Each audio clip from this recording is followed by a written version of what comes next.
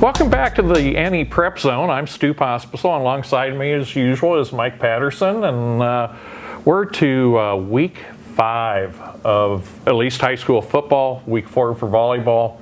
Hard to believe we're halfway through the season already, Mike, but here we are, and I've got the sweatshirt on. It's going to be a cool one on Thursday and Friday night for our games, and you're going to see the number 1 team in action again, won't you? Again, I've seen the Warriors twice, Stu, and impressive both times. Beat Creighton Prep early in the season, and last week they prevailed over Millard North in a pretty tough game there at Buell. The Mustangs hung in there quite a while. They were only down 28-23 with about 3 minutes left, had the ball at midfield, really had a chance to go down and possibly score and put the Warriors in trouble, but the West Side defense stepped up, forced a fumble, recovered it, and on the next play, Rezak went 60 yards for the touchdown, and West Side gets the victory. So still undefeated, number 1 Warriors. Yep, and they host this week Norfolk on Friday night. Norfolk's 3-1, hasn't been tested the way that West Side will test them on Friday night. Oh, and you'll be there for that. They'll truly be tested. Like you said, the weather's taken a little bit of a nippy turn, so that'll probably be a little bit more football weather for us. But West Side's so strong on both sides of the ball, and new coach Lamanji is fit in like a glove out there, and I know the Warriors will be looking forward to that big game against Norfolk. Well, I was at a couple games out west last week. Grand Island Northwest scored twice in the last 4 minutes to rally against Elkhorn North. It would have been a great signature win for the Wolves, but was not meant to be this time. Grand Island Northwest certainly validated my thought that they belonged in the Class B ratings, at least, even at 0-3, and that's where they stayed this week, and then went over and saw a really good Aurora team, again validating my thought that they could, had they stayed in Class B, be one of the top 2 teams in that class. They just demolished Platteview 58-6, and Carlos Colazo, the returning all Class B running back for Aurora, had another solid game, had a terrific spin move. He left 3 guys, Mike, sprawled on the ground as he got down to the 5 and then scored the next play. So he's going to be on the short list of all Nebraska backs, I'll tell you that. And again, it was a good road trip out west, and this week I'm going to be staying closer to home on Friday night. It's a good Class B matchup, one of the few, honestly, good matchups we have this week across the state. It's number 3 Elkhorn going to number 1 Bennington. It's going to be televised.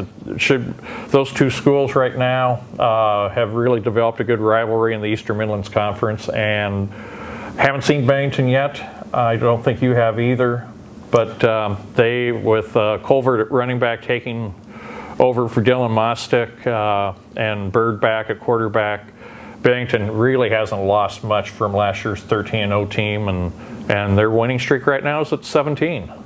I was wondering how they were going to do this season without Mostick, too, but they really haven't missed a beat. They're especially tough at home, so I think you're probably going to see the best of Bennington on Friday night. It'll come down to, I think, how Elkhorn can defend the Badgers. Bennington's defense is also very good. Elkhorn is primarily a running team. I think they'll have to show a little bit more in the passing game to stay with the Badgers, but a great midseason measuring stick, I feel. And other games to watch, first of all, Millard North at Lincoln Southeast on Thursday. North Platte goes to Kearney on Friday night, and then Oakland Craig is at Hartington Cedar Catholic in Class C2. In our ratings this week, probably should have gotten to that first, but we'll go ahead with it. Our overall top 10, West Side number 1, followed by Gretna, Elkhorn South, Omaha North, Omaha Creighton Prep at 2 and 3, but we know how close those losses were for the Junior Jays. Kearney moves up after their win over Bellevue West. Another game last week that came down to the final plays, and Kearney came away with another win at Bellevue West. Second time in a row they've done that. Bellevue West falls to 7th. Millard North, Grand Island, and Millard South round out the top 10. Other class leaders, Bennington in B, Aurora in C1, Norfolk Catholic in C2, North Platte St. Patrick's in 8-man 1, Howells Dodge in 8-man 2, and Potter Dix in 6-man. So no changes there. I think you've got some ratings shaking news, don't you? I knew this was going to happen because we had the Lincoln Public Schools tournament last weekend, Stu. A lot of the top teams were there, much like the season opening Bellevue West tournament where Lincoln East was the surprise winner. Omaha Marion was the surprise winner on Saturday. They were seeded 10th in the 16-team tournament. So they really had a nice run under first-year coach Jake Moore. We all know him as the longtime and very successful coach from Lincoln Pius X. Marion was defeated on Friday night in pool play by Lincoln Southwest, and the Crusaders got their revenge against the Silverhawks in the final, prevailing in 3 sets. And Marion kind of did it the hard way. They lost the first set. They were down 24-20 in the second set. You thought you were going to get home. That usually does not end well when a team's down 24-20, but they came back, scored the next 6 points, won that set, and then they won the third set. So props to the Crusaders for really throwing themselves in that Class A state tournament and maybe state championship mix. And you have a new number 1. Yes, well, I mentioned Lincoln Southwest, Stu, and they were defeated by Marion in that final, but that was their first loss. So they were 11-1 to start the week, and they had beaten Marion the night before, so teams were 1-1 against each other. So slight edge to the Silverhawks. As I wrote yesterday, I don't think the teams care all that much about where they're ranked this week. It's obviously where they're ranked at the end of the season, but yes, Lincoln Southwest will start this week, number 1 in Class A. How about your other number 1s? Or take us through the rest of the top 10. Sure. Let's look at the overall all-class top 10. Number 2 is Papio South. Number 3 is Omaha Skutt. Number 4 is Elkhorn North. Number 5, Omaha Marion checks in.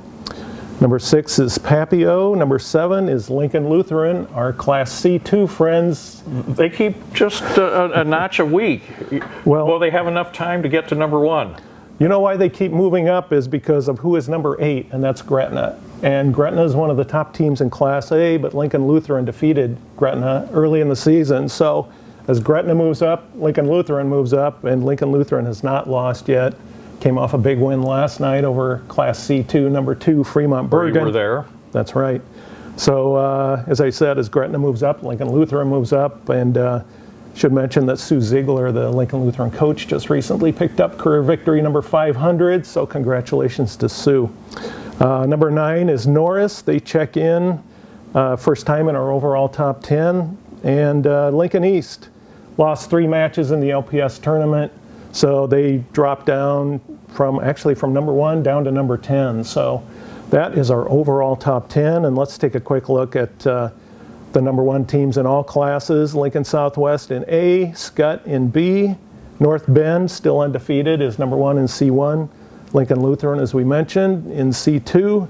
Maywood Hayes Center in Class D1, and Shelton in Class D2. So those are our number 1s, and really the 2 big events this weekend, volleyball-wise, to talk about is the Lincoln Pius X tournament is Saturday, and Friday and Saturday is the Allison Weston tournament at Papillion La Vista, another one of the big tournaments that a lot of the top teams will be at. So I will be there Saturday for the final. Those are really the 2 big tournaments this weekend. Okay. Also on tap coming up in the next week, over the weekend and into next week.